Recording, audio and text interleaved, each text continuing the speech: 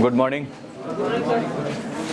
कल जहाँ पे लिखे थे आप, एक तो फ्लो चार्ट बनाए हुए थे जिसमें पंचायत और नगर पालिका की कौन कौन से आर्टिकल और उसके क्या अनुसूची, आर्टिकल्स, भाग, ये सब उसमें लिखा हुआ था। उसके बाद से नेक्स्ट टॉपिक था पंचायती राज व्यवस्था का डेवलपमेंट, कैसे विकास हुआ इनका। तो फिर उसमें एक देखे थे अशोक राय मेहता समिति, जिसके रिकमेंडेशन पे राजस्थान के नागौर डिस्ट्रिक्ट में पहली दफ़ा पंचायती राज व्यवस्था को अप्लाई किया गया।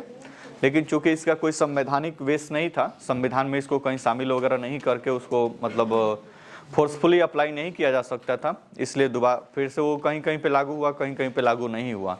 तो फिर आगे चलकर 1977 में ये अशोक मेहता समिति का गठन किया गया। पीछे बलवंत राय मेहता समिति था, ठीक है, डैश हेडिंग डालिए, अशोक मेहता समिति, अशोक मेहता समिति।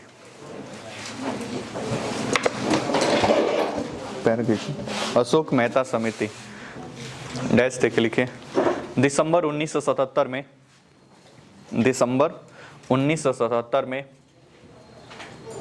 1977 में भारत सरकार ने,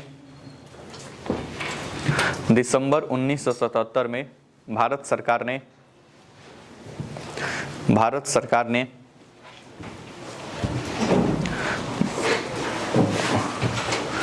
नॉट भारत सरकार, जनता पार्टी की सरकार ने, दिसंबर 1977 में जनता पार्टी की सरकार ने,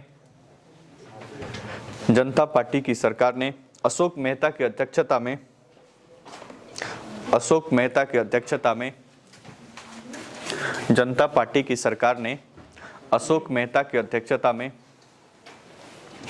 अशोक मेहता की अध्यक्षता में पंचायती राज संस्थाओं पर, पंचायती राज संस्थाओं पर, अशोक मेहता की अध्यक्षता में पंचायती राज संस्थाओं पर एक समिति गठित किया, पंचायती राज संस्थाओं पर एक समिति गठित किया। बगल में देखो, एक समिति गठित किया, पूर्ण विराम। इसके पश्चात 1978 में इसने 1978 में इसने 1978 में अपनी रिपोर्ट सौंपी, 1978 में अपनी रिपोर्ट सौंपी और पंचायती राज को पुनर्जीवित एवं मजबूत करने के लिए अपनी रिपोर्ट सौंपी और पंचायती राज को पुनर्जीवित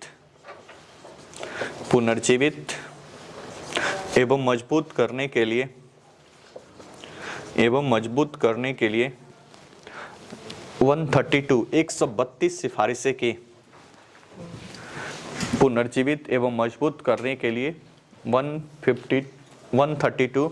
132 सिफारिशें की, 132 सिफारिशें की,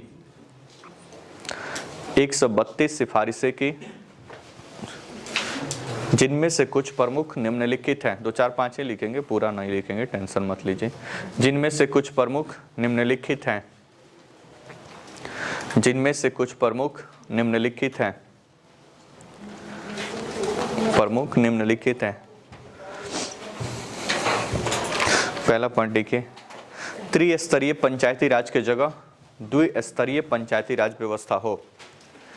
पहला पॉइंट, त्रिस्तरीय पंचायती राज की जगह, त्रिस्तरीय पंचायती राज की जगह द्विस्तरीय हो, द्विस्तरीय हो, द्विस्तरीय हो, त्रिस्तरीय पंचायती राज की जगह द्विस्तरीय हो। पहला क ख ग, क लिखिए, ग्राम स्तर पर ग्राम पंचायत, ग्राम स्तर पर ग्राम पंचायत तथा दूसरा जिला स्तर पर जिला परिषद, दूसरा जिला स्तर पर जिला परिषद, ग्राम स्तर पर ग्राम पंचायत, जिला स्तर पर जिला परिषद,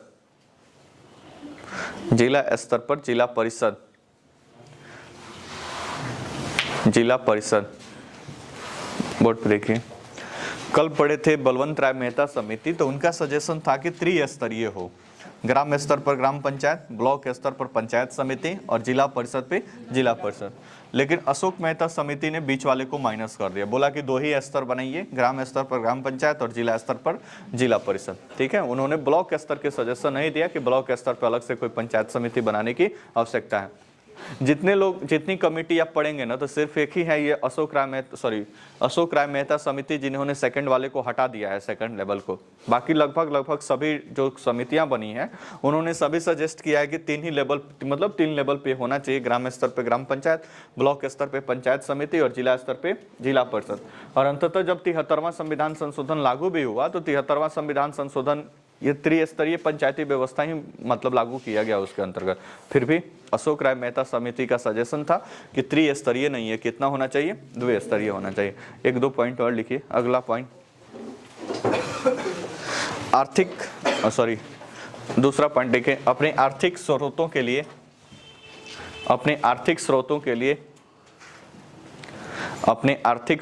लिए पंचायतों को कर वसूलने का अधिकार हो। अपने आर्थिक स्रोतों के लिए पंचायतों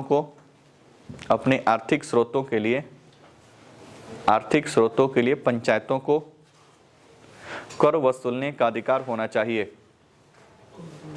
टैक्स कर वसूलने का अधिकार होना चाहिए। कर वसूलने का अधिकार होना चाहिए। नेक्स्ट तीसरा पॉइंट देखिए, जनसंख्या के आधार पर अनुसूचित जाति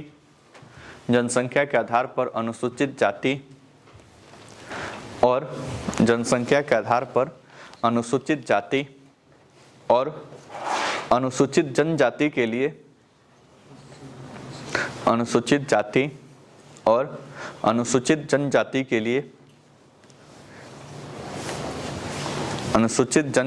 लिए स्थान आरक्षित होना चाहिए।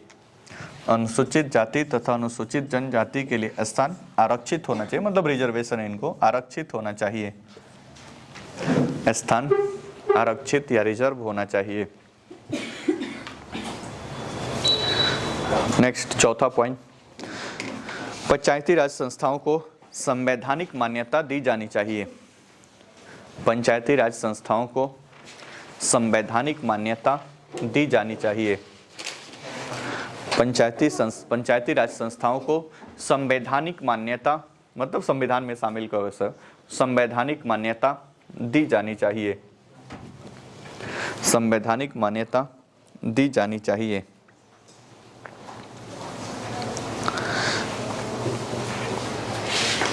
पैराग्राफ चेंज करके लिखे, समिति का कार्यकाल पूरा होने से पूर्व ही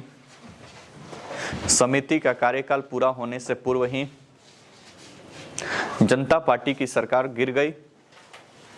समिति का कार्यकाल पूरा होने से पूर्व ही जनता पार्टी की सरकार गिर गई, मतलब समाप्त हो गई। जनता पार्टी की सरकार गिर गई, अतः कार्यकाल पूरा होने से पूर्व ही जनता पार्टी की सरकार गिर गई, अतः इनके सिफारिशों को लागू नहीं किया जा सका। अतः इनके सिफारिशों को लागू नहीं किया जा सका। अतः इनके सिफारिशों को लागू नहीं किया जा सका। फिर भी 3 राज्य कर्नाटक,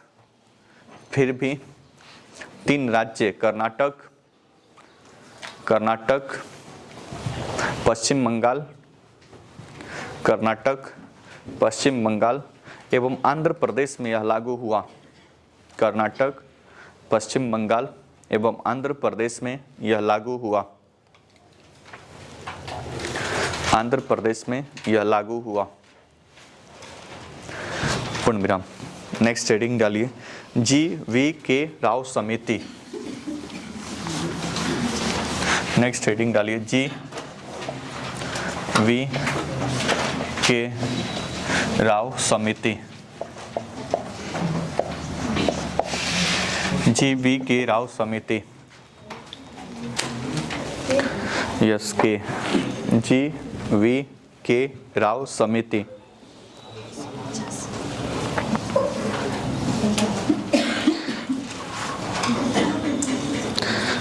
टेस्ट देख लिखिए।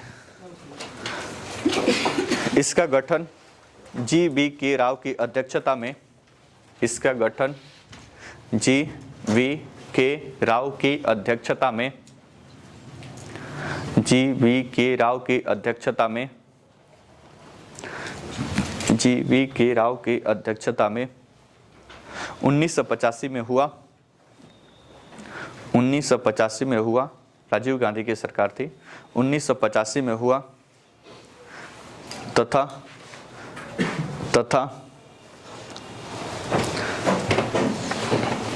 1986 में इसने अपनी रिपोर्ट पेश की, तथा 1986 में इसने अपनी रिपोर्ट पेश की, और 1986 में अपनी रिपोर्ट पेश की और त्रिस्तरीय पंचायती राज की स्थापना का सुझाव दिया, और त्रिस्तरीय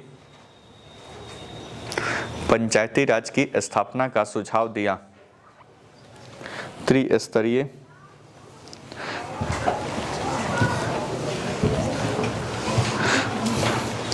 पंचायती राज का सुझाव दिया,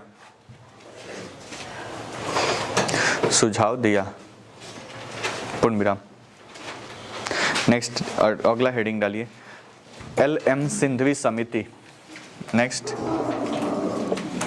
एल.एम. सिंघवी समिति, एल.एम. सिंघवी समिति, एल.एम. सिंघवी समिति,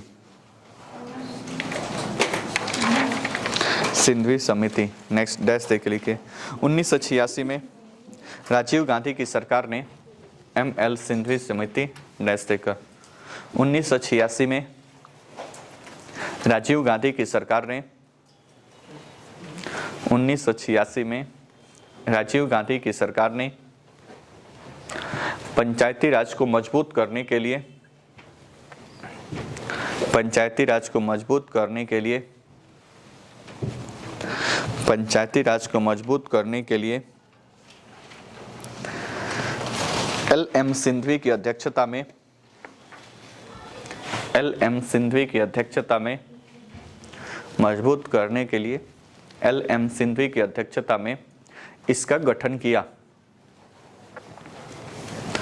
इसका गठन किया, एल.एम. सिंघवी की अध्यक्षता में इसका गठन किया, पूर्ण विराम। उसी में लिखिए, इसने निम्नलिखित सिफारिशें की, इसने निम्नलिखित सिफारिशें की, निम्नलिखित सिफारिशें की। लिखिए फर्स्ट पॉइंट, पंचायती राज संस्थाओं को संवैधानिक दर्जा दिया जाए, पंचायती राज संस्थाओं को संवैधानिक दर्जा दिया जाए या संविधान में शामिल किया जाए, पंचायती राज संस्थाओं को संवैधानिक दर्जा दिया जाए, संवैधानिक दर्जा दिया जाए। नेक्स्ट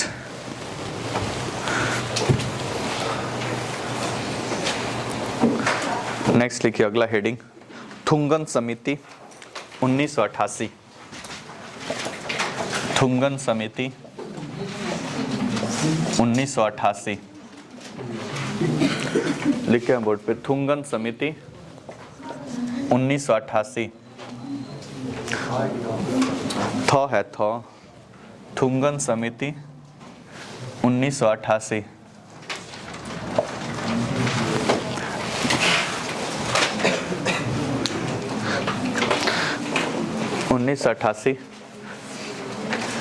डैश देख लिखे, इनकी महत्वपूर्ण सिफारिशें, डैश देकर इनकी महत्वपूर्ण सिफारिशें 1-2 करके लिखे, इनकी महत्वपूर्ण सिफारिशें।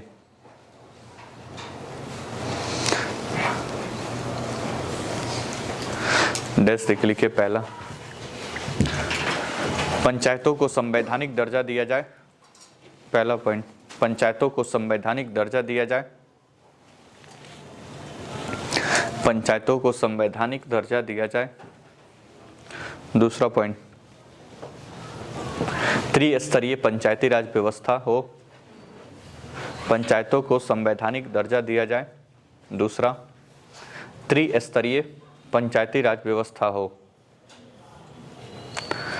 दूसरा पॉइंट, त्रिस्तरीय पंचायती राज व्यवस्था हो।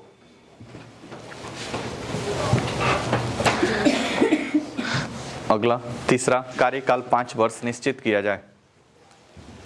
कार्यकाल 5 वर्ष निश्चित किया जाए। निश्चित किया जाए। नेक्स्ट और लास्ट लिखिए, गाडगिल समिति।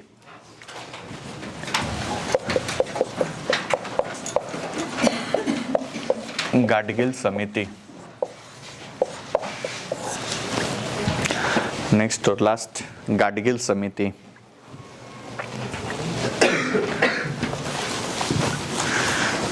लिखिए, इस समिति का गठन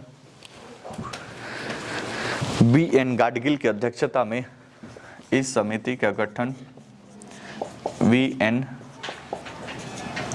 गाडगिल की अध्यक्षता में, बी.एन. गाडगिल की अध्यक्षता में 1988 में किया गया। बी.एन. गाडगिल की अध्यक्षता में 1988 में किया गया। 1988 में किया गया।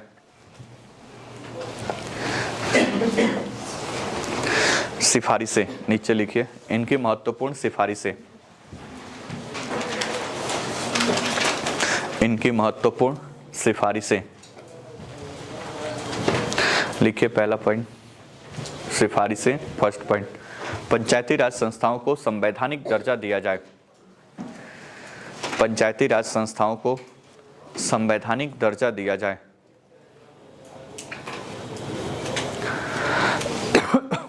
पंचायती राज संस्थाओं को संवैधानिक दर्जा दिया जाए। अगला, त्रिस्तरीय पंचायत हो, मतलब वही जो पहले लिखवाए थे हम, त्रिस्तरीय पंचायती राज व्यवस्था हो।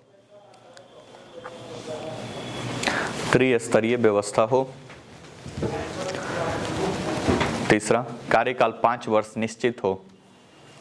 कार्यकाल 5 वर्ष निश्चित हो। 5 वर्ष निश्चित हो। नेक्स्ट, तीनों स्तर पर प्रत्यक्ष चुनाव हो।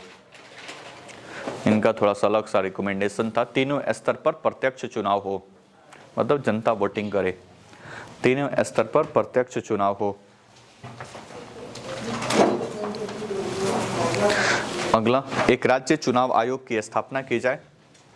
अगला पॉइंट, एक राज्य चुनाव आयोग की स्थापना की जाए जो पंचायतों का चुनाव संपन्न कराए। एक राज्य चुनाव आयोग की स्थापना की जाए। एक राज्य चुनाव आयोग की स्थापना की जाए जो राज्य चुनाव आयोग की स्थापना की जाए जो पंचायत चुनाव को संपन्न करे। जो पंचायत चुनाव को संपन्न करे। पंचायत चुनाव को संपन्न करे। पूर्ण विराम, पैराग्राफ चेंज करके लिखे। राजीव गांधी की सरकार ने राजीव गांधी की सरकार ने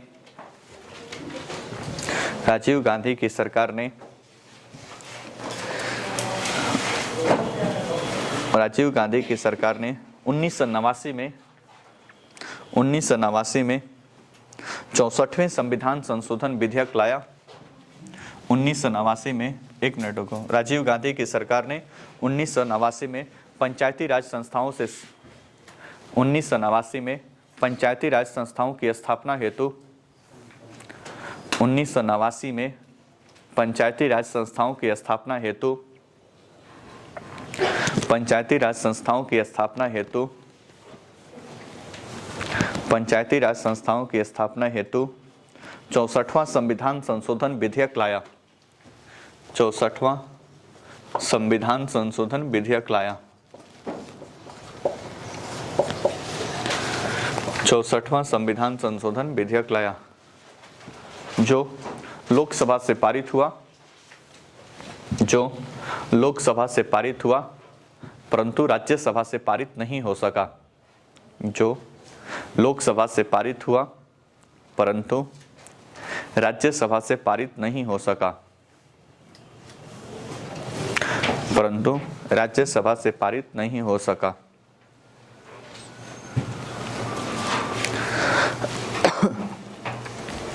पैराग्राफ चेंज करके आगे 1990 में बीपी सिंह की सरकार ने, आगे 1990 में बीपी सिंह की सरकार ने, विश्वनाथ प्रताप सिंह, बीपी सिंह की सरकार ने, आगे 1990 में बीपी सिंह की सरकार ने, बीपी सिंह की सरकार ने संविधान संशोधन विधेयक प्रस्तुत किया।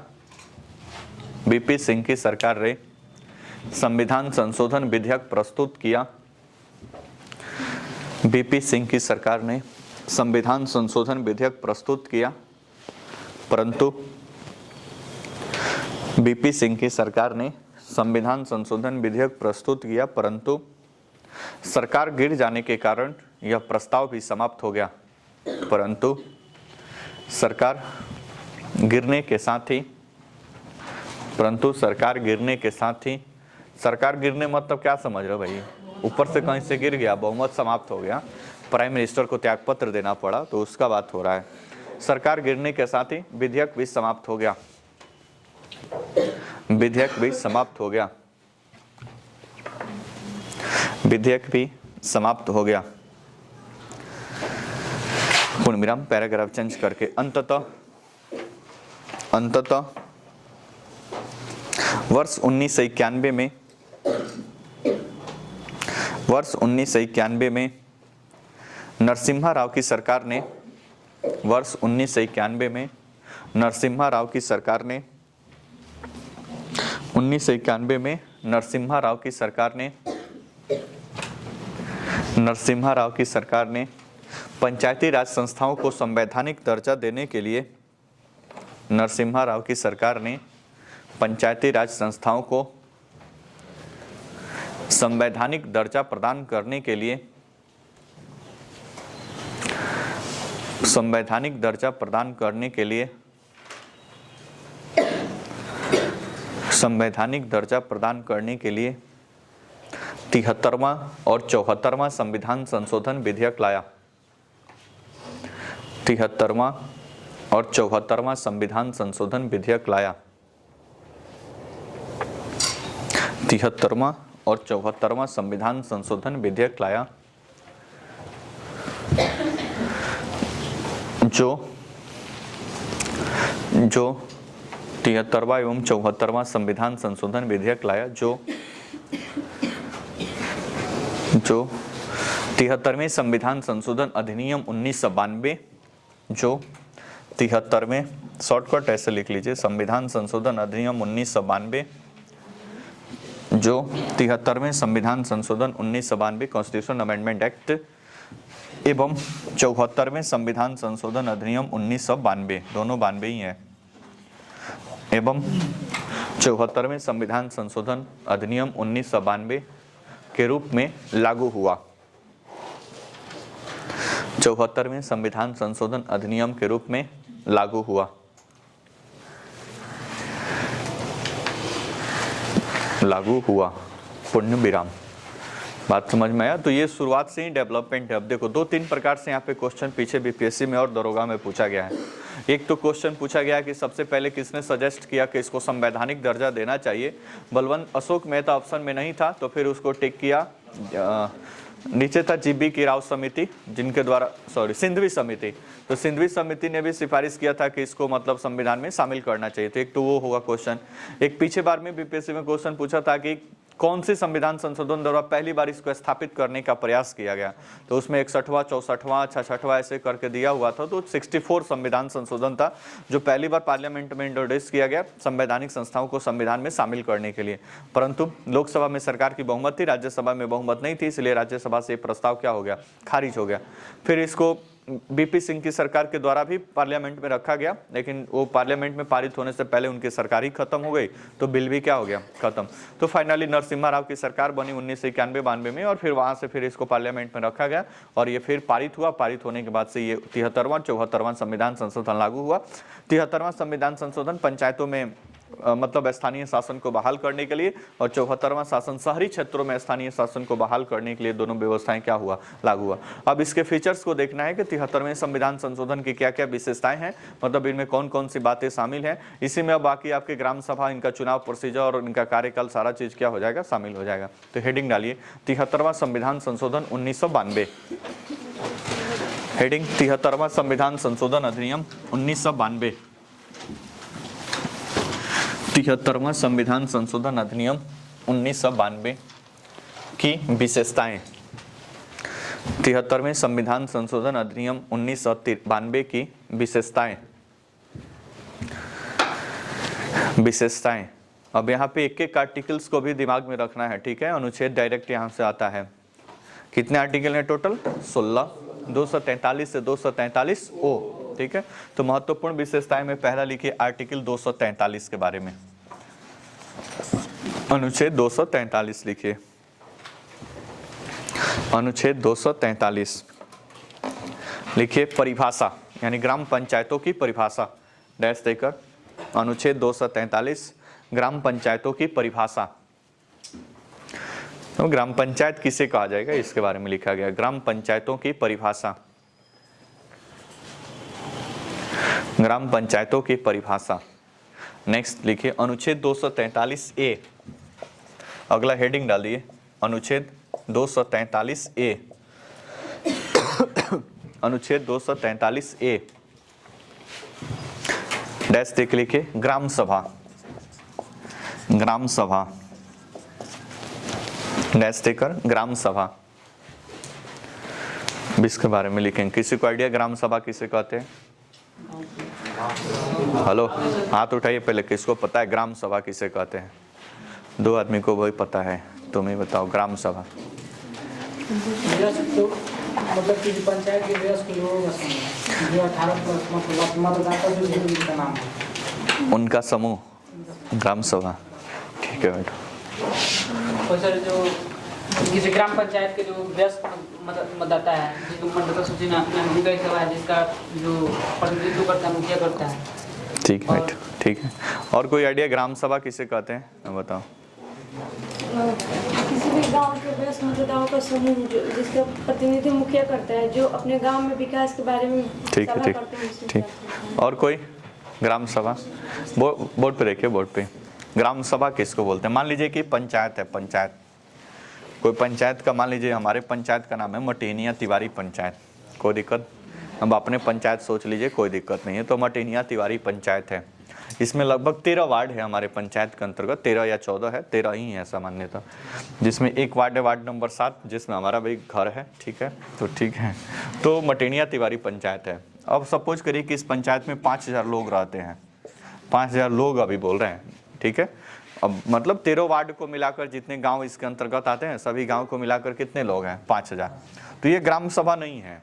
अब इन 5000 लोगों में से वैसे लोग जिसका वोटर लिस्ट में नाम क्या है, जुड़ा है, इस पंचायत की मतदाता सूची में जिसका नाम जुड़ा हुआ है, नाम किसका जोड़ सकता है? जो 18 वर्ष से ऊपर हो, और 18 वर्ष से ऊपर होगा उसी का नाम। तो 18 वर्ष से ऊपर होगा और जिसका वोटर लिस्ट में नाम जुड़ा है, तो उन लोगों के समूह को ही हम क्या बोलते हैं? ग्राम सभा बोलते हैं। जैसे अब मान लीजिए कि इसमें से 2500 लोग ऐसे हैं जो वोटर लिस्ट में जिनका नाम क्या हुआ है, जुड़ा हुआ है, तो फिर इन लोगों के समूह को ही हम क्या बोलते हैं भाई? ग्राम सभा बोलते हैं। कोई दिक्कत परेशानी? गाँव के लोगों का समूह नहीं, पंचायत के अंतर्गत जिनका नाम मतदाता सूची में शामिल है, तो मतदाताओं के समूह को ही क्या बोलते हैं? ग्राम सभा बोलते हैं। कोई दिक्कत? जैसे पार्लियामेंट में वगैरह होता है कि सब मीटिंग होता है वहां से बिल, तो वैसे सामान्यतः ऐसा संविधान में लिखा गया है कि इस ग्राम सभा की मीटिंग होगी प्रॉपर वे में, साल भर में 2-3 मीटिंग हो किसकी होगी, फिर मीटिंग में सारे डिसीजन लिया जाएंगे, मुखिया प्रत्याशी सब जाएंगे पंचायत भवन में। लेकिन सामान्यतः तो मीटिंग होता ही नहीं है, तो बात ही खत्म, ठीक है। लेकिन ये सारी व्यवस्थाएं की गई हैं। तो लिखिए डैश देकर ग्राम सभा के बारे में।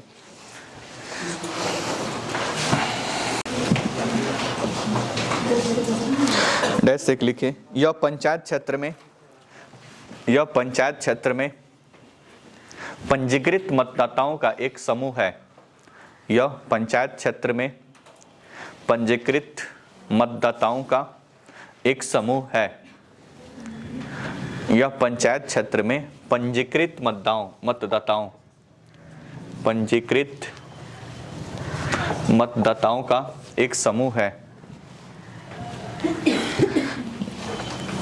पंजीकृत मतदाताओं की एक समूह है जिसे ग्राम सभा कहा जाता है। समूह है जिसे ग्राम सभा कहा जाता है। ग्राम सभा कहा जाता है। ग्राम सभा कहा जाता है।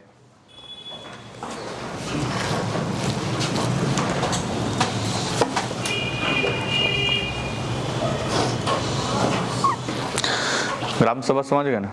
ठीक है। अब सब कोई जाएगा गांव में। अपने गांव में जाने के पश्चात पहले पता करिए कि आपके पंचायत में टोटल कितने लोग हैं। गूगल सब करके खोजिएगा, चाहे बगल में कोई वो मास्टर साहब भेटा जाएंगे आपके गांव क्षेत्र के, तो भी बता देंगे। तो और पता करके आइएगा कि आपका घर कौन से वार्ड में है, आप कौन से पंचायत में है, कौन से ब्लॉक में है, कौन से अंचल में है, ये सारा पता करके आना है। सोमवार को सबसे पूछेंगे भाई कौन से पंचायत, कौन से वार्ड में, कौन सा घर नंबर है आपका, ये सारा बात हम पूछेंगे। ठीक है। आपके पंचायत में कितने मतदाता हैं ये भी पता करके आना है कि आपके पंचायत में कितने मतदाता हैं। पिछला जो चुनाव हुआ उसमें से मुखिया जो जीता वो कितना वोट से जीता हुआ है, ये सारा डाटा कलेक्ट करके और उपस्थित होना है मंडे को। ठीक है। आगे लिखिए 243B। हेलो अनुच्छेद 243B। अनुच्छेद 243B। आपके यहाँ मुखिया कौन है, सरपंच कौन है, वार्ड मेंबर आपका कौन है, ये सारा बात पता होना चाहिए। अब कुछ भी बता दोगे तो हमको थोड़े ना सर्च किए होंगे, फिर भी अगर गूगल मार कर पता चल गया कि ये गलत बताया हो तो फिर समझना है। 243B डैश देख लिखिए पंचायतों का गठन।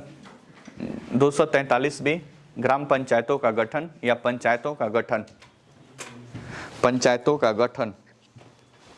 नेक्स्ट लिखिए 243C ग्राम पंचायतों का गठन। ग्राम पंचायतों का गठन का गठन। नेक्स्ट लिखिए 243C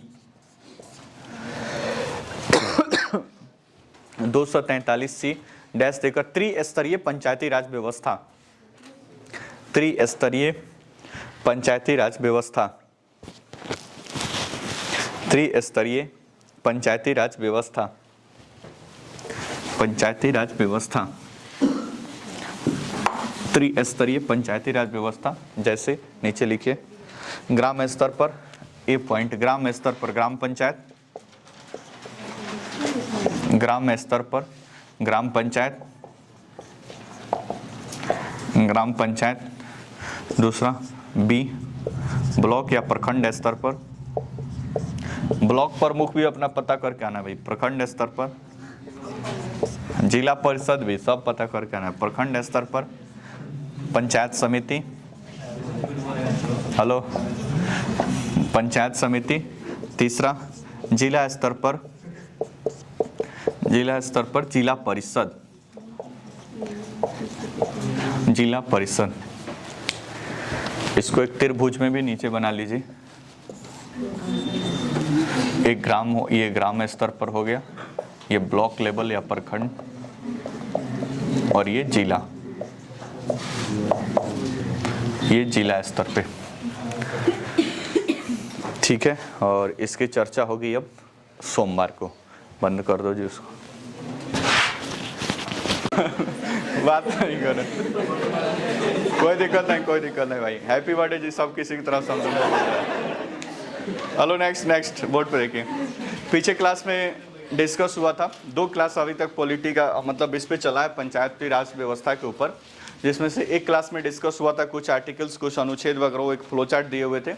उसके बाद से दूसरे क्लास में डिस्कस हुआ था कि पंचायती राज व्यवस्था का डेवलपमेंट, विकास किस प्रकार से हुआ आज़ादी से लेकर 1992 में जब 73वां और 74वां संविधान संशोधन पारित हुआ तो उस समय तक कैसे पूरा प्रक्रिया चला, इस बारे में डिस्कस हुआ था। जिसमें खासतौर पर अशोक मेहता समिति, बलवंत राय मेहता समिति, सिंधवी समिति और भी 2-3 छोटी छोटी समितियाँ थी जिनके बारे में डिस्कस हुआ था। फिर फाइनली नरसिम्हा राव की सरकार थी और नरसिम्हा राव की सरकार के द्वारा 73वां और 74वां संविधान संशोधन पारित करके और पंचायती राज व्यवस्था को संवैधानिक दर्जा प्रदान कर दिया गया। अब 73वां संविधान संशोधन का फीचर या विशेषताएं लिख रहे हैं, जिसमें से एक लिखे थे अनुच्छेद 243 जिसमें उसकी परिभाषा दी गई है। उसी के जस्ट बाद लिखे थे अनुच्छेद 243A जिसमें ग्राम सभा है। फिर अनुच्छेद 243B उसमें कुछ खास नहीं है, सी खास है कि अनुच्छेद 243C में लिखा हुआ है कि जो ग्राम पंचायत होगी त्रिस्तरीय होगी। त्रिस्तरीय मतलब मान लीजिए कि त्रिभुज का आकार का हम बनाएं तो सबसे ग्राउंड लेवल पर होगा ग्राम स्तर पे ग्राम पंचायत, फिर ब्लॉक स्तर पे पंचायत समिति और फिर ऊपर होगा जिला स्तर पे जिला परिषद। कोई दिक्कत परेशानी? अभी उसी का डाटा दिया हुआ है कि ब्लॉक स्तर पे कौन कौन सा अधिकारी कैसे उनका चुनाव होता है, प्रत्यक्ष अप्रत्यक्ष, फिर जिला लेवल पे क्या होता है, फिर आपका पंचायत लेवल पे क्या होता है। इन सारी बातों को इसमें इस फ्लो चार्ट के माध्यम से देखेंगे। सबसे पहले बात ये तो शुरुआत से ही हम बताए, जब प्राइम मिनिस्टर बताए थे या प्रेसिडेंट भी बताए थे तभी बताए थे कि प्रत्येक स्तर पर दो प्रकार के लोग हैं, एक होता है पॉलिटिकल हेड और दूसरा होता है एडमिनिस्ट्रेटिव हेड या उसी को प्रशासनिक प्रमुख के नाम से जानते हैं। जैसे मान लीजिए कि प्रधानमंत्री मोदी की बात करें तो नरेंद्र मोदी एक पॉलिटिकल हेड है, मतलब वो राजनीतिक मतलब हेड हैं। जबकि उनके प्रशासनिक हेड की बात करें तो पूरा पीएमओ ऑफिस है, प्रधानमंत्री ऑफिस, जहाँ पे टॉप क्लास के आईएएस ऑफिसर सब बैठे हुए हैं और वो पूरा सपोर्ट करते हैं प्राइम मिनिस्टर को, उनके कार्यों में हेल्प वगैरह करते हैं, तो उनको बोलते हैं प्रशासनिक प्रमुख। वैसे ही जब अलग अलग मंत्री परिषद के बारे में बता रहे थे तब भी बताए थे कि हम जितने सारे सेंट्रल मिनिस्टर होते हैं, केंद्रीय मंत्री मतलब मंत्री परिषद भी तीन प्रकार के होते हैं, कैबिनेट मंत्री, राज्य मंत्री और उप मंत्री। तो उसमें से जितने सारे कैबिनेट मंत्री होते हैं तो इन कैबिनेट मंत्रियों का सबको एक सेक्रेटरी प्रोवाइड किया जाता है, जिसको उसी जैसे मान लीजिए कि गृह मंत्री अमित शाह तो एक गृह सचिव भी दिलाएगा। तो गृह मंत्री जो होंगे वो हो गए राजनीतिक प्रमुख और उसी के बिहाफ पर जो सेक्रेटरी होगा गृह सचिव वो हो जाएगा प्रशासनिक प्रमुख या एडमिनिस्ट्रेटिव हेड हो जाएगा वो। तो इस प्रकार से दोनों बैलेंस बनाया गया है कि एक राजनीतिक प्रमुख भी होगा और एक प्रशासनिक प्रमुख भी होगा। ऐसा क्यों? क्योंकि राजनीति वाले को राजनीति की समझ होना चाहिए और जो प्रशासनिक है उसको थोड़ा सा पढ़ा लिखा होशियार व्यक्ति होगा तो बाकी चीज़ें उसके पास जानकारी होना चाहिए। फिर दोनों मिलजुल कर देश को क्या करेंगे, आगे बढ़ाएंगे। जैसे एग्जाम्पल मान लीजिए कि गोपालगंज डिस्ट्रिक्ट है, तो गोपालगंज डिस्ट्रिक्ट की बात करें तो यहाँ पे विधायक सांसद सभी लोग हैं, जिला प्रमुख भी है यहाँ पे जिसको एक अच्छा खासा पावर मिला हुआ है। साथ ही साथ यहाँ पे डिस्ट्रिक्ट मजिस्ट्रेट एडमिनिस्ट्रेटिव हेड भी है, मतलब प्रशासनिक प्रमुख यहाँ पे कौन है, डीएम है यहाँ पे, कलेक्टर साहब, तो प्रशासनिक प्रमुख है। कहने का मतलब दोनों मिलजुल कर काम करेंगे। अब दोनों के पास अपनी अपनी खास जानकारी है, एक के बिना काम भी नहीं चलेगा कि केवल डीएम ही सारी व्यवस्थाओं को हैंडल कर देगा या फिर केवल राजनेता ही सारी व्यवस्थाओं को हैंडल कर लेंगे, ऐसा नहीं होगा। दोनों का मिला जुला रूप चाहिए। क्यों? मान लो कि अब जो डीएम होगा हो सकता है कोई केरला का भी हो सकता है, कोई तमिलनाडु, क्योंकि अखिल भारतीय सेवा है कि किसी का भी कहीं कैडर मिलता है उसके हिसाब से उसकी पोस्टिंग हो जाती है। और मान लो कि कोई साउथ का कोई डीएम बन के आ गया, जैसे आप कुछ दिन पहले बाला मुरुगन का नाम सुने थे, तो साउथ से थे, तो उनको तो यहाँ के गोपालगंज के लोकल के बारे में ज़्यादा जानकारी नहीं है भाई, किधर बाढ़ आता है, किधर सूखा पड़ता है, किधर NH-28 टूटा हुआ है, ये तमाम चीज़ें उनको तो नहीं पता है। या ग्राउंड रियलिटी के बारे में ज़्यादा डीएम को तो पता नहीं है, बाद में वो आएंगे समझेंगे जानेंगे, उन सबको बारे में पता है। तो अच्छा, दूसरी बात, जो राजनीतिक हेड है, मान लीजिए सांसद विधायक, अगर ये क्षेत्र में घूमते हैं तो बाकी इनको सारी चीज़ें ये क्या है, लोकल के बारे में सारा चीज़ उनको क्या है पता है। तो फिर ये दोनों व्यवस्थाओं को एक साथ अटैच किया गया कि प्रशासनिक प्रमुख और एक राजनीतिक प्रमुख दोनों मिलजुल कर पूरी व्यवस्था को क्या करेंगे, आगे बढ़ाएंगे। जहाँ पे जरूरत होगा वहाँ पे राजनीतिक प्रमुख अपनी भूमिका निभाएंगे और जहाँ पे जरूरत होगा तो वहाँ पे प्रशासनिक प्रमुख अपनी भूमिका निभाएंगे। हम नीचे बात कर रहे हैं, डिस्ट्रिक्ट लेवल पे ही बात कर रहे हैं, तो ये पूरा पंचायती राज व्यवस्था के अंतर्गत किस प्रकार से सेटअप किया गया है उसके बारे में चर्चा कर रहे हैं। तो सबसे पहले अगर बात करें जिला परिषद, तो जिला परिषद में एक लिखे हैं राजनीतिक प्रमुख यानी पॉलिटिकल हेड और दूसरा लिखे हैं प्रशासनिक प्रमुख एडमिनिस्ट्रेटिव हेड। राजनीतिक प्रमुख की बात करें तो इसका अध्यक्ष जो होता है वो जिला अध्यक्ष होता है, जो अप्रत्यक्ष रूप से चुना जाता है। कैसे चुना जाता है अभी बताते हैं हम। दूसरा, इसी में जो सदस्य होते हैं, यहाँ पे सदस्य छूट गया है, तो यहाँ पे ये हो गए अध्यक्ष, जैसे सब में था अध्यक्ष, और ये हो गए सदस्य, बाद में आप लिख लीजिएगा। तब इस जिला परिषद या जिला अध्यक्ष के सदस्य के अंतर्गत सभी वार्ड सदस्य शामिल होंगे जिनको प्रत्यक्ष रूप से चुना जाता है। जैसे मान लीजिए कि गोपालगंज डिस्ट्रिक्ट है, तो गोपालगंज डिस्ट्रिक्ट को अलग अलग वार्ड में क्या किया गया है, बांटा गया है अलग अलग। जैसे इसको सरिया वार्ड नंबर के नाम से पिछले क्लास में बताए थे कि सरिया वार्ड नंबर से जाना जाता है। अभी जहाँ पे आप बैठे हैं ये सरिया वार्ड नंबर 13 या सरिया वार्ड नंबर 13 है। तो ऐसे अलग अलग वार्ड में इसको बांटा गया है। अब सभी वार्ड से प्रत्यक्ष मतदान से वार्ड मेंबर चुने जाएंगे, जिसका चुनाव अभी कुछ दिन बाद अभी संपन्न होगा। कौन सा? प्रत्यक्ष रूप से, यानी जनता इसमें वोटिंग करेगी। सभी वार्ड से प्रत्याशी खड़े होंगे और उसी वार्ड के मेंबर उस प्रत्याशी को क्या करेंगे, वोट करेंगे। तो सभी वार्ड से एक एक मेंबर चुने जाएंगे जिनको वार्ड सदस्य के नाम से जाना जाता है, ठीक है। फिर ये सभी लोग मिलकर अपने आप में से ही एक जिला अध्यक्ष का क्या करेंगे, चुनाव करेंगे। तो ये हो गया अप्रत्यक्ष चुनाव।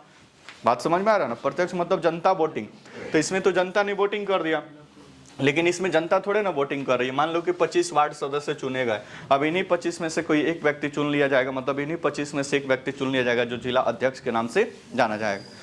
इसका पावर काफ़ी अच्छा खासा होता है, क्योंकि जिले के अंतर्गत आने वाले लगभग सभी योजनाओं को इसके पास जानकारी होती है, सारी चीज़ों को ये मॉनिटर करता है, तमाम चीज़ें करता है और डीएम के साथ मिलकर व्यवस्था को क्या करता है, आगे बढ़ाता है। तो जिला अध्यक्ष का चुनाव होता है अप्रत्यक्ष, जबकि वार्ड मेंबर्स का चुनाव होता है प्रत्यक्ष। नेक्स्ट, यहाँ पे एडमिनिस्ट्रेटिव हेड या प्रशासनिक प्रमुख की बात करें तो एक पद होता है जिसको बोलते हैं सीडीओ, और ये चीफ डेवलपमेंट ऑफिसर होता है। चीफ डेवलपमेंट ऑफिसर ये सामान्यतः डिस्ट्रिक्ट में डीएम ही होता है, तो ये पावर डीएम के ही हाथ में है। यूपीएससी से सेलेक्ट बंदा यहाँ पे आकर कमान संभालता है, ठीक है। तो यहाँ पे डीएम होता है।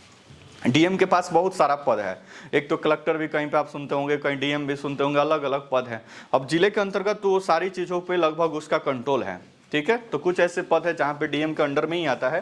तो ये जो प्रशासनिक प्रमुख का हेड है डिस्ट्रिक्ट लेवल पे, ये सीडीओ के नाम से जाना जाता है, चीफ डेवलपमेंट ऑफिसर, और ये सामान्यतः उस डिस्ट्रिक्ट के कौन होते हैं, डीएम होते हैं। कोई दिक्कत परेशानी?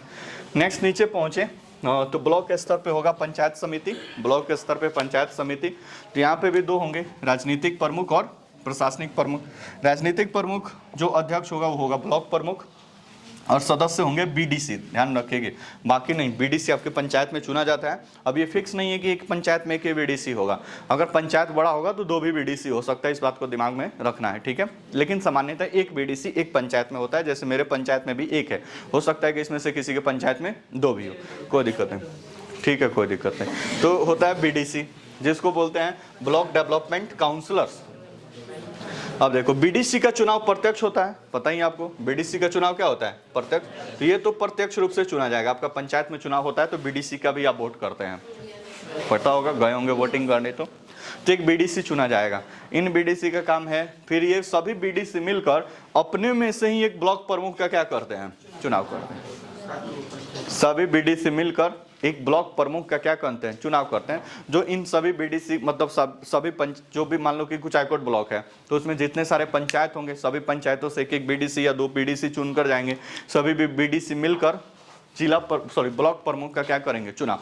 ब्लॉक प्रमुख का काम क्या है, वहाँ पे जो प्रशासनिक हेड बैठा हुआ है बीडीओ, जिसको ब्लॉक डेवलपमेंट ऑफिसर कहा जाता है। बिहार में अभी ये चेंज होकर आरडीओ कर दिया गया, रूरल डेवलपमेंट ऑफिसर। ये बीपीएससी से चुनकर आता है, कोई दिक्कत परेशानी? तो ये पद पे इन दोनों के साथ मिलकर काम करेगा। कौन? ब्लॉक प्रमुख। जितनी सारी योजनाएं आएंगी उनको प्रशासनिक हेड करने की जिम्मेदारी बीडीओ के ऊपर है। अब ये क्या करेगा, ब्लॉक प्रमुख से संपर्क साधेगा और किस पंचायत में किस प्रकार से योजनाओं को कैसे विस्तारित करना है, कहाँ पे कितने योजना जाएगा, कितना पैसा कहाँ पे, ये सारा चीज मैनेज होगा और ये दोनों लोग क्या करेंगे, हैंडल करेंगे।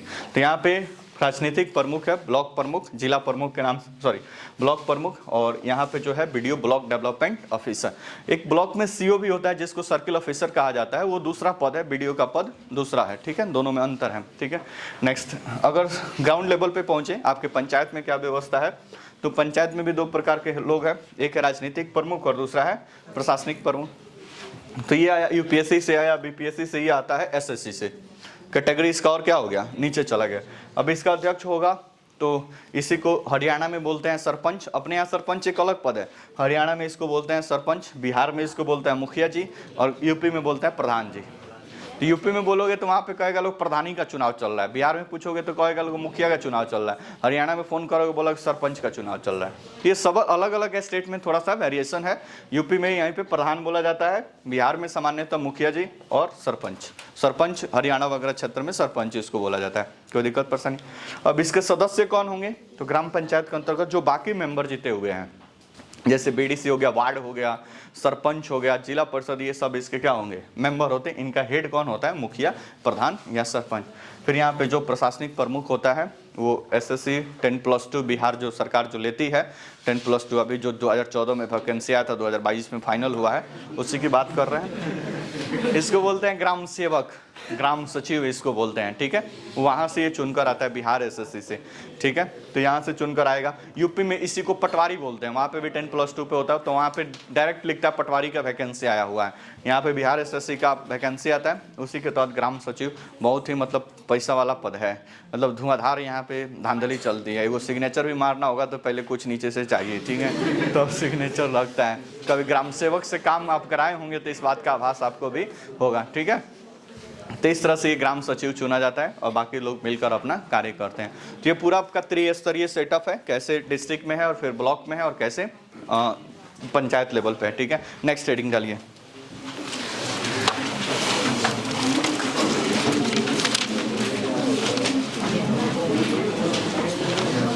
नेक्स्ट हेडिंग डालिए। चाहे एक नोट लिखिए नीचे।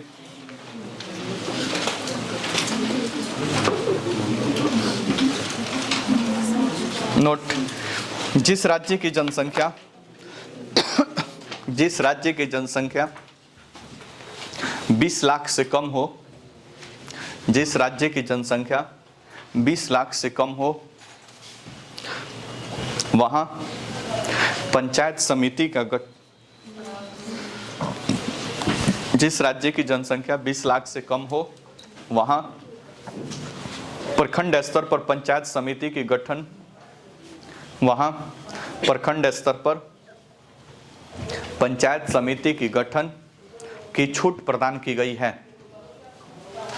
पंचायत समिति के गठन की छूट प्रदान की गई है।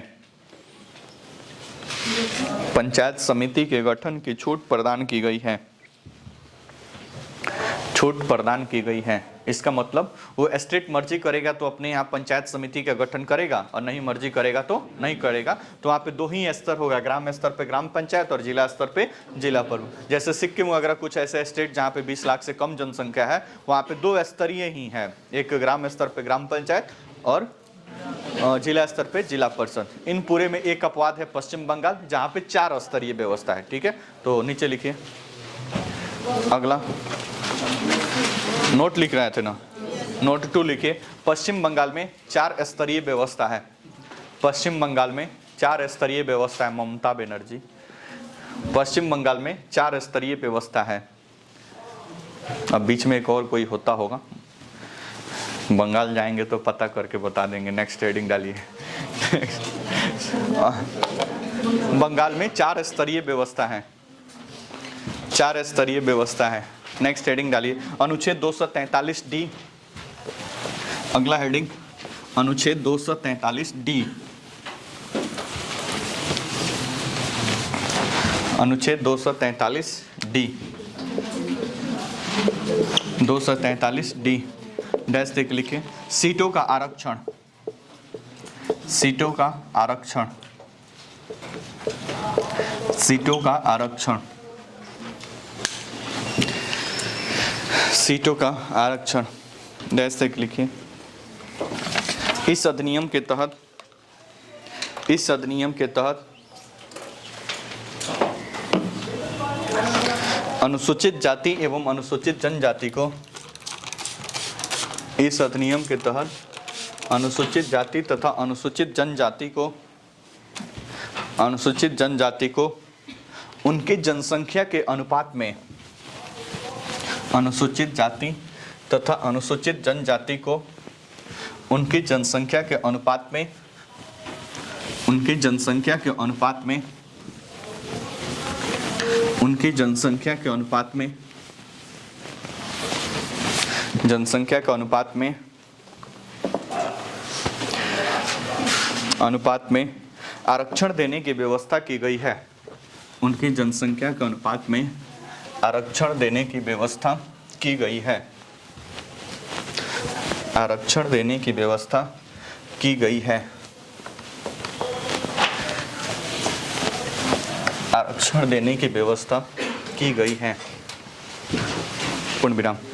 उसमें लिखे इस, उसी में लिखे इसके अतिरिक्त, इसके अतिरिक्त महिलाओं के लिए कम से कम, इसके अतिरिक्त महिलाओं के लिए कम से कम 1/3 सीटें, इसके अतिरिक्त महिलाओं के लिए कम से कम 1/3 सीटें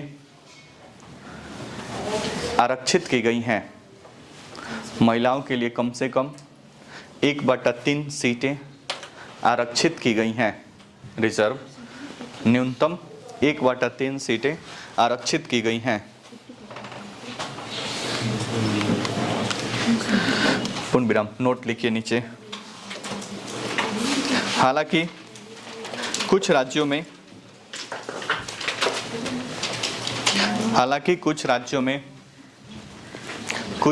में महिलाओं के आरक्षण को 33% से बढ़ाकर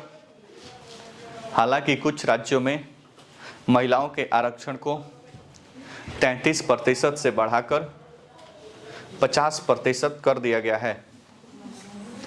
महिलाओं के आरक्षण को 33% से बढ़ाकर न्यूनतम 33% है, उससे तो बढ़ सकता है। महिलाओं के आरक्षण को 50% कर दिया गया है। पूर्ण विराम। बिहार प्रथम राज्य था जहां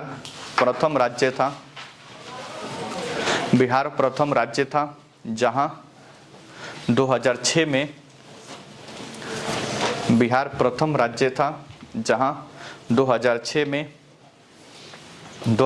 में महिलाओं को 50% आरक्षण दिया गया। महिलाओं को 50% आरक्षण दिया गया।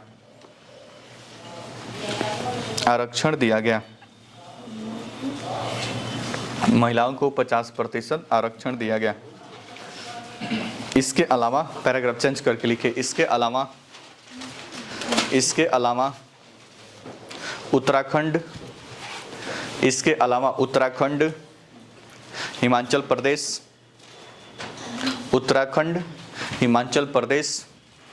मध्य प्रदेश, राजस्थान,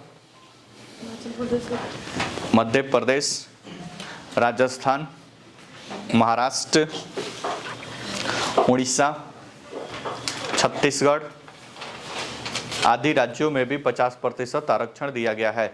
जहाँ पे लिखे वहीं पे लिख दीजिए आदि 50% महिलाओं को आरक्षण दिया गया है। आदि राज्यों में महिलाओं के लिए 50% आरक्षण दिया गया है।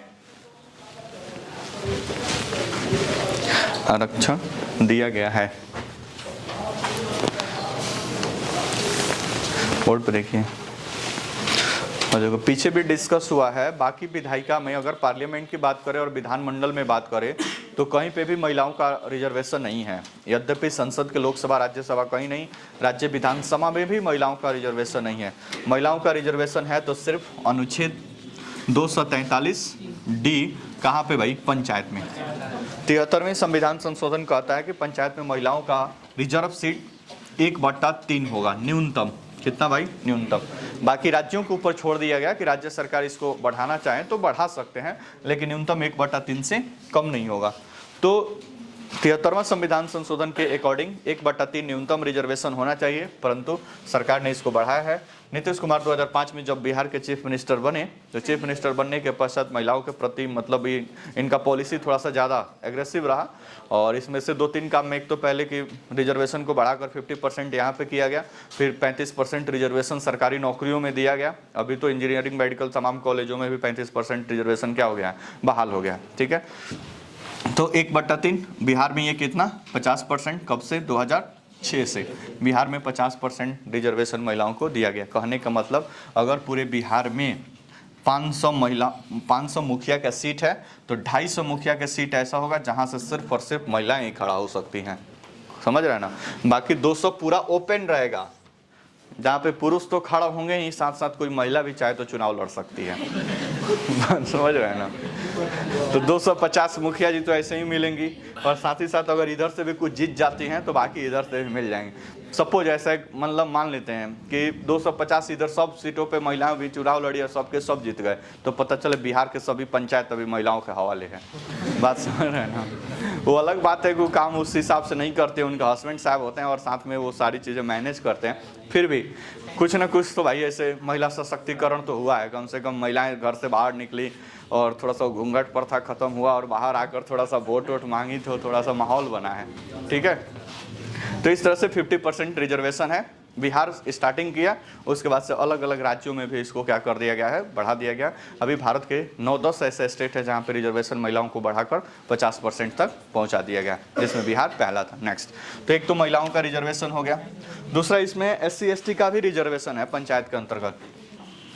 SC/ST के लिए भी रिजर्वेशन है, शेड्यूल कास्ट और शेड्यूल ट्राइब, अनुसूचित जाति और अनुसूचित जनजाति।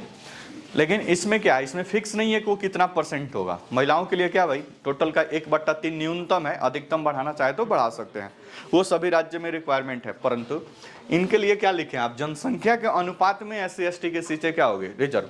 मान लीजिए कि पूरे बिहार की जनसंख्या अभी फिलहाल मान लेते हैं 10 करोड़ है, तो 10 करोड़ में से मान लीजिए कि 2 करोड़ लोग SC 2 करोड़ लोग SC कैटेगरी से हैं, तो कितना % हुए, 20%। तो 20% दिए हुए, तो जितना सीट होगा 20% SC के लिए क्या हो जाएगा, रिजर्व हो जाएगा। तो इन 500 सीटों में से 20% SC के लिए क्या हो जाएगा, रिजर्व। तो जनसंख्या का अनुपात में, और मान लीजिए बिहार में ST की शून्य जनसंख्या है, बहुत कम, 9 के बराबर है, तो फिर ST की कोई मतलब रिकॉर्ड यहाँ पे नहीं होगा। बात समझ रहे हैं ना। जैसे अगर बात करें पंजाब, तो पंजाब में अनुसूचित जनजाति के एक भी लोग निवास नहीं करते हैं, तो पंजाब में ST का सीट रिजर्व ही नहीं होगा। क्या लिखा है, जनसंख्या के अनुपात में सीटें क्या होंगी, रिजर्व होगी। तो जनसंख्या जिस राज्य में जिस हिसाब से होगा, उसी हिसाब से पंचायतों में इनको रिजर्वेशन क्या होगा, प्राप्त होगा। ठीक है, तो अनुसूचित जाति और अनुसूचित जनजाति जनसंख्या के अनुपात में, लेकिन महिलाओं का न्यूनतम 1/3 और अधिकतम का कोई लिमिटेशंस नहीं है। जबकि कुछ राज्यों की बात करें तो वहाँ पे ये कितना % तक हो गया है, 50%, जिसमें बिहार पहला था। 2006 में यहाँ पे 50% रिजर्वेशन को बहाल कर दिया गया। वर्तमान में यही क्या है, कंटिन्यू है। अब देखो, ये घूमते रहता है, ऐसा नहीं कि मान लीजिए कि हमारे पंचायत में, हमारा पंचायत तिवारी मटिनिया तिवारी पंचायत पीछे भी बताए थे, तो हम लोग पंचायत में पीछे 15 साल से ये चलते आ रहा है कि ये महिलाओं के लिए रिजर्व है। तो ऐसा नहीं कि वो हमेशा रिजर्व रहेगा। तो किसी को मान लीजिए हमको चुनाव लड़ना है, तो फिर तो लोचा हो जाएगा भाई। तो जहाँ पे मेल का मान लीजिए चुनाव लड़ना है किसी को, तो फिर वो कैसे चुनाव लड़ पाएगा, फिर उसको दूसरे पंचायत शादी कर लेगा। ठीक है, ऑप्शन बुरा नहीं है, लेकिन फिर भी फील्ड में काम करने के लिए हेलो वोट पे, हेलो वोट पे देखो। तो ऐसे अब देखो, इसका राउंड इसको घूमते रहता है, ऐसा नहीं कि किसी क्षेत्र में फिक्स हो गया तो फिक्स हो गया। जैसे मान लीजिए कि गोपालगंज है, यहाँ पे गोपालगंज को 4 भागों में बांट दो, तो कभी हाफ में इधर 50% है, तो कभी इधर महिलाओं का रिजर्वेशन होगा, फिर ये मूव करके इधर चला जाएगा। तो ये घूमते रहता है राउंड फिगर में कि सब किसी को चुनाव लड़ने का मौका मिलते रहे, नहीं तो फिर उस पंचायत के पुरुष जिसको चुनाव लड़ना होगा तो फिर वो नहीं लड़ पाएंगे। इसलिए सरकार ने इस अच्छी व्यवस्था है, इसको घुमाते रहती है सरकार कि कभी इधर रिजर्वेशन हो गया तो कभी उधर रिजर्वेशन हो गया, कभी इधर ST रिजर्वेशन तो कभी उधर ST रिजर्वेशन, ऐसे मूव। जैसे गोपालगंज ही है, तो गोपालगंज का लोकसभा सीट अभी SC के लिए रिजर्व है, तो 15 साल यहाँ पे कंप्लीट हो चुका है। अब मैक्सिमम उम्मीद है कि 2024 के चुनाव में यहाँ से रिजर्वेशन SC वाला खत्म हो जाएगा, पूरा फ्री हो जाएगा। अब ये ट्रांसफर होकर किसी और डिस्ट्रिक्ट में चला जाएगा या किसी अन्य लोकसभा सीट पर ये क्या हो जाएगा, चला जाएगा। तो ये थोड़ा सा घूमते रहता है, कहीं पे भी ये फिक्स है और स्थायी नहीं है। ठीक है, तो बात समझ में आया। नेक्स्ट लिखिए। आपको किस में, हाँ सभी महिलाएं, 33% वो सभी महिलाएं आ जाएंगी।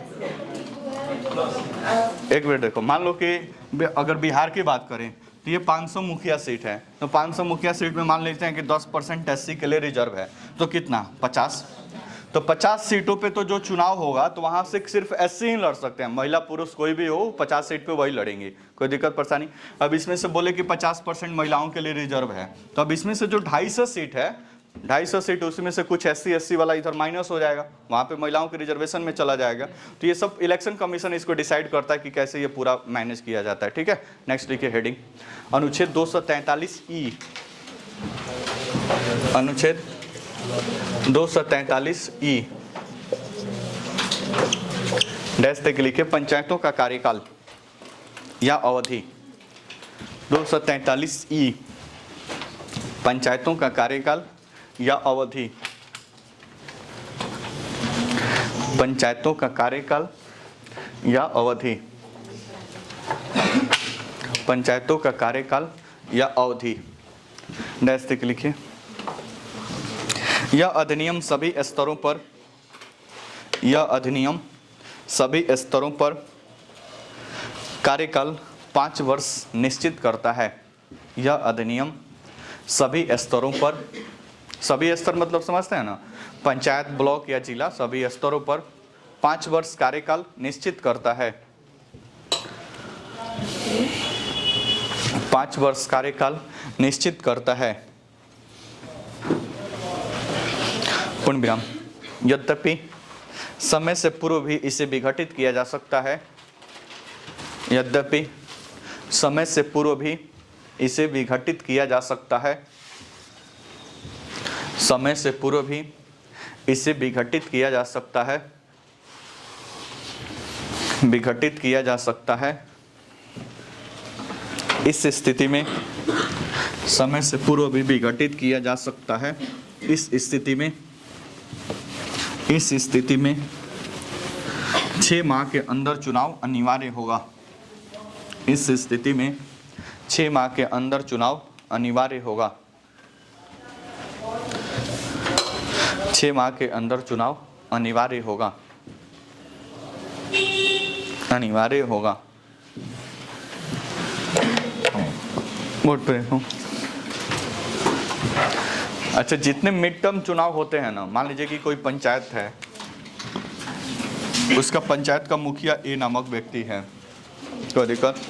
अब इसका सीट 2-3 माध्यम से खाली हो जाएगा। एक तो इसको मुखिया के पद पे काम करने का मन न करे, सामान्यतः ऐसा होगा नहीं, ठीक है, बहुत मेहनत से जीत कर एक आता है, तो एक तो इस चाहे तो ये त्यागपत्र दे सकता है। अब कहीं कहीं पे व्यवस्था है कि ग्राम सचिव को दे देता है, यानी पटवारी को, और कहीं कहीं पे व्यवस्था है कि ब्लॉक प्रमुख को हैंड ओवर करता है, तो ये अपना त्यागपत्र दे सकता है, पद खाली हो जाएगा। दूसरा, इसकी मृत्यु हो जाए तब भी पद खाली हो जाएगा। अनुकंपा है नहीं कि उसका पुत्र ज्वाइन कर लेगा, तो ऐसा कोई व्यवस्था नहीं है। तीसरा, कि पंचायत के लोग भी चाहें तो इसको पद से हटा सकते हैं। अगर पंचायत के जितने मतदाता हैं, मतदाता वो ग्राम सभा नाम सुने थे ना, ग्राम सभा में पंजीकृत मतदाताओं का समूह होता है, तो अगर ग्राम सभा अपने यहाँ से उपस्थित और टोटल मतदाताओं के 50% +1 से प्रस्ताव पारित कर देती है, तब भी मुखिया को अपने पद से क्या करना पड़ेगा, हटना पड़ेगा। लेकिन गाँव के लोगों को ये पता नहीं होता। मतलब आपके पंचायत में जितना ग्राम सभा में लोग हैं, उनहाँ से 50% +1 से उनके खिलाफ प्रस्ताव पारित कर दीजिए, उनको पद से क्या करना पड़ेगा, हट जाना पड़ेगा। कोई दिक्कत परेशानी? अब जब उनका पद खाली हो जाएगा इन 3 कंडीशन में, तो मान लीजिए कि 2021 में चुनाव हुआ है ग्राम पंचायत का, और 2022 में ये पद खाली हो गया, 2022 में ये पद खाली हो गया, तब ऐसी व्यवस्था है कि आर्टिकल 243E बोलता है कि 6 माह के अंदर चुनाव क्या होगा, अनिवार्य होगा। मान लीजिए कि 6 माह का चुनाव हुआ और मई 2023 तक चुनाव क्या हुआ, संपन्न हुआ। अब ये जीत कर आया भाई, इसी का ए का भाई बी चुनाव जीत कर आ गया मई 2023 में, यहाँ से काम करता तो 2021 से स्टार्ट हुआ, तो कार्यकाल इसका कब पूरा होता, 2026। अब ये कितना दिन तक रहेगा, तो शेष बचे हुए कार्यकाल तक ही इसका समय रहेगा। मतलब ये मई 2023 से लेकर 2026 तक रहेगा। अब ये नहीं बोलेगा कि हमको भी 5 साल रहना है, ऐसी कोई व्यवस्था नहीं। शेष बचे हुए कार्यकाल के लिए ही ऐसा रखा जाता है। ये सभी जगह पे है, 2 आदमी को छोड़कर, राष्ट्रपति और उपराष्ट्रपति। बाउंसर चला गया। चाहे लोकसभा का मेंबर हो, चाहे राज्यसभा का मेंबर हो, चाहे विधानसभा हो, विधान परिषद हो, पंचायत मुखिया, सरपंच, जितना है सब, जितना बच जाएगा उतना ही के लिए। जैसे बिहार विधानसभा का चुनाव हुआ था 2020 में, अभी गोपालगंज सदर से चुनी गई हैं उनकी पत्नी कुसुम देवी, अब वो 2022 में चुनी गई हैं। तब ऐसा नहीं कि उनका कार्यकाल 2022-5-27 होगा, नहीं, 2020 से 25वीं विधानसभा का कार्यकाल है, तो 25 में इनका भी कार्यकाल क्या हो जाएगा, खत्म हो जाएगा। बात समझ रहे हैं ना? तो जितना शेष टाइम बचा है उतना ही दिन के लिए रहता है, कोई दिक्कत परेशानी। नेक्स्ट, अगर चुनाव में 6 महीना ही बाकी है, चुनाव में अगर 6 महीना ही बाकी है, जैसे मान लीजिए कि जैसे मान लीजिए कि मई 2024 में 18वीं लोकसभा के लिए चुनाव होगा। मई 2024 में 18वीं लोकसभा के लिए क्या होगा, चुनाव होगा। तब तक पता चला कि जनवरी 2024 में ही कोई निपट गया, मतलब उसका पद खाली हो गया, तो कितना 5-6 माह बचा हुआ है चुनाव के लिए। और 5-6 माह चुनाव के लिए बचा, तब ऐसा नहीं कि उसका फिर चुनाव करिएगा। चुनाव कराने क्या मतलब है, मान लीजिए 5 दिन पहले ही जीते, फिर उसको त्यागपत्र देना पड़ेगा। तो अगर 6 माह बचा हुआ है तब चुनाव नहीं होता है। अगर 6 माह से ज़्यादा है तो फिर वहाँ पे चुनाव कराना क्या है, अनिवार्य है। इसको बोलते हैं उपचुनाव या बाई इलेक्शन के नाम से इसको जाना जाता है। तो ये जीतेगा तो शेष टर्म के लिए ही रहेगा, पूरा इनका कार्यकाल 5 वर्ष नहीं होगा। तो पैराग्राफ चेंज करके इस बात को लिख लीजिए। भंग पंचायत के स्थान पर गठित नया पंचायत, भंग पंचायत के स्थान पे पैराग्राफ चेंज करके लिखना है। भंग पंचायत के स्थान पर गठित नया पंचायत भंग पंचायत के स्थान पर गठित नया पंचायत शेष समय के लिए ही कार्य करेगा। शेष समय के लिए ही कार्य करेगा। नेक्स्ट लिखिए 243 ई लिख रहे थे, 243 एफ आर्टिकल 243 एफ 243 एफ योग्यता डैश देख लिखिए। योग्यता मतलब ग्राम पंचायत का चुनाव लड़ने के योग्य है कि नहीं, आप देख लीजिए।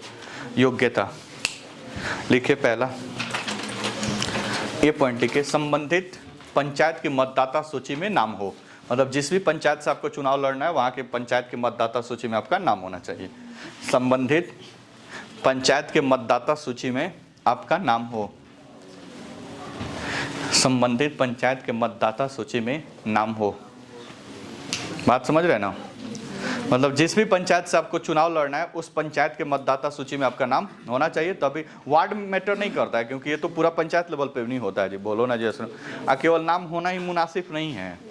साथ ही साथ मान लीजिए सीट रिजर्व है तो ऐसा नहीं कि हमारा नाम है तो हम चुनाव लड़ सकते हैं, ऐसा कोई व्यवस्था नहीं। अगर एससी के लिए रिजर्व आप कैटेगरी में नहीं आते हैं तो चुनाव नहीं लड़ सकते हैं। अगर महिलाओं के लिए रिजर्व आप कैटेगरी में नहीं आते हैं तो फिर आप चुनाव नहीं लड़ सकते हैं। पुरुष के लिए कोई सीट रिजर्व नहीं है, वो पूरा ओपन है। 50% जो बच गया वो सभी के लिए। ये मत समझिए कि 50% महिलाओं के लिए रिजर्व है तो 50% जो बच गया वो पुरुष के लिए रिजर्व है, ऐसा कोई व्यवस्था नहीं है। नेक्स्ट लिखिए बी।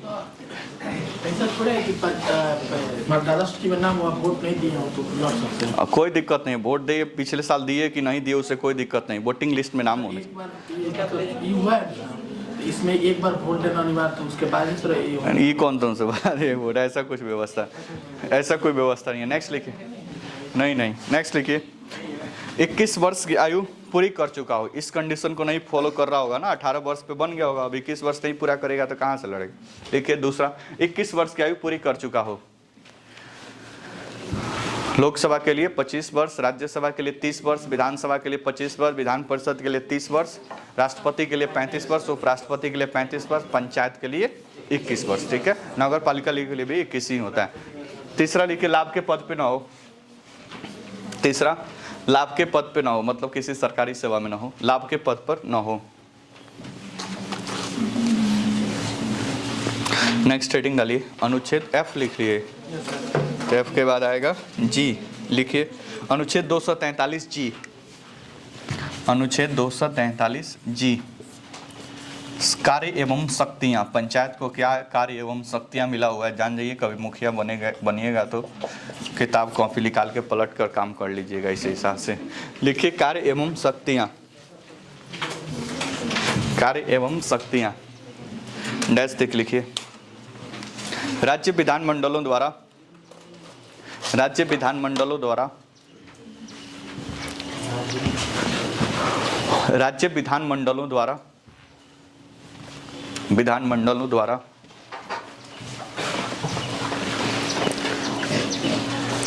पंचायतों के शक्तियों एवं कार्यों का निर्धारण किया जाता है। राज्य विधानमंडलों द्वारा पंचायतों के कार्य एवं शक्तियों का निर्धारण किया जाता है।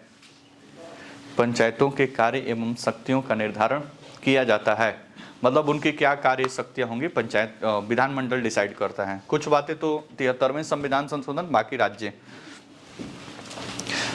निर्धारण किया जाता है। पूर्ण विराम।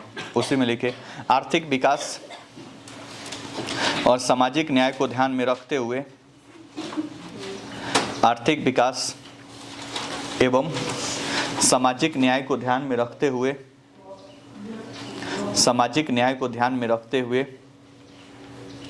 29 विषयों पर कुल 29 विषयों पर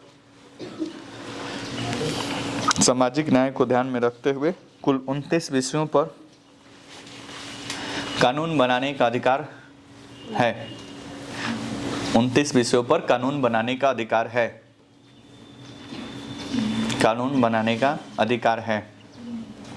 जैसे देखिए कृषि, दूसरा भूमि विकास, या भूमि सुधार, भूमि विकास या भूमि सुधार। नेक्स्ट लघु सिंचाई, लघु सिंचाई, लघु सिंचाई। नेक्स्ट पशुपालन, पशुपालन, दुग्ध उत्पादन, दुग्ध उत्पादन, दूध उत्पादन, दुग्ध उत्पादन, कमा मत्स्य पालन, मछली पालन, मत्स्य पालन, पोखरा ओखरा खुदवा के मछली उछली पलवाने का व्यवस्था होता है इसमें कि पंचायत के लोग मछली खाएंगे। नेक्स्ट हाँ मतलब 2-4 गो पोखरा सरकारी खुदा जाएगा, उसमें मछली डलाएगा और मंगलवार को सब किसी को मंगलवार दूसरे दिन सब किसी को बटाएगा, ऐसा व्यवस्था नहीं होता है। नेक्स्ट लिखिए, नेक्स्ट कमा देकर वन्य जीव, वन्य जीव, वन्य जीव लिखे हैं बोर्ड पे, वन्य जीव, वन्य जीव। नेक्स्ट लघु उद्योग, लघु उद्योग मतलब छोटे छोटे कुटीर उद्योग टाइप का, लघु उद्योग,